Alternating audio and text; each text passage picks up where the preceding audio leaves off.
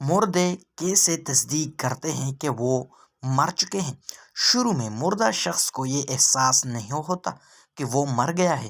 وہ خود کو موت کا خواب دیکھتا ہوا محسوس کرتا ہے۔ وہ خود کو روتا، نہاتا، گروہ لگاتا اور قبر پر اترتا ہوا دیکھتا ہے۔ وہ ہمیشہ خواب دیکھنے کا تاثر رکھتا ہے۔ جب وہ زمین پر ڈھیر ہو جاتا ہے پھر وہ چیختا ہے لیکن کوئی اس کی چیخ نہیں سنتا۔ جب ہر کوئی منتشر ہو جاتا ہے اور زمین کے اندر تنہا رہ جاتا ہے، اللہ اس کی روح کو بحال کرتا ہے۔ وہ آنکھیں کھولتا ہے اور اپنے برے خواب سے جاگتا ہے۔ پہلے تو وہ خوش اور شکر گزار ہوتا ہے کہ جسے وہ گزر رہا تھا وہ صرف ایک ڈراؤنا خواب تھا اور اب وہ اپنی نیند سے بیدار ہے۔ پھر وہ اپنے جسم کو چھونے لگتا ہے جو کپڑے میں لپٹا ہوا ہے۔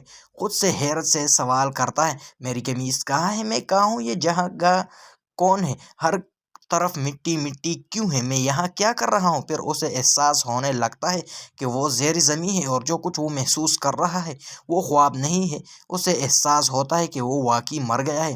وہ ہر ممکن حد تک زور سے چیختا ہے، پکارتا ہے۔ اس کے رشتہ دار جو اس کے مطابق اسے بچا سکتے تھے اسے کوئی جواب نہیں دیتا۔ وہ پھر یاد کرتا ہے کہ اس وقت اللہ ہی واحد امید ہے۔ وہ اس کے لیے روتا ہے اور اس سے معافی مانگتے ہوئے اس سے التجا کرتا ہے، یا اللہ مجھے معاف کر دے، یا اللہ۔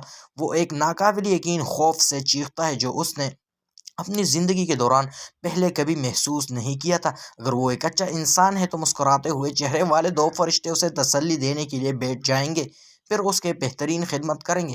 اگر وہ برا شخص ہے تو دو فرشتے اس کے خوف کے بڑھا دیں گے اور اس کی بدصورت کاموں کے مطابق اسے اذیت دیں گے۔ اے اللہ ہمارے گناہ معاف فرما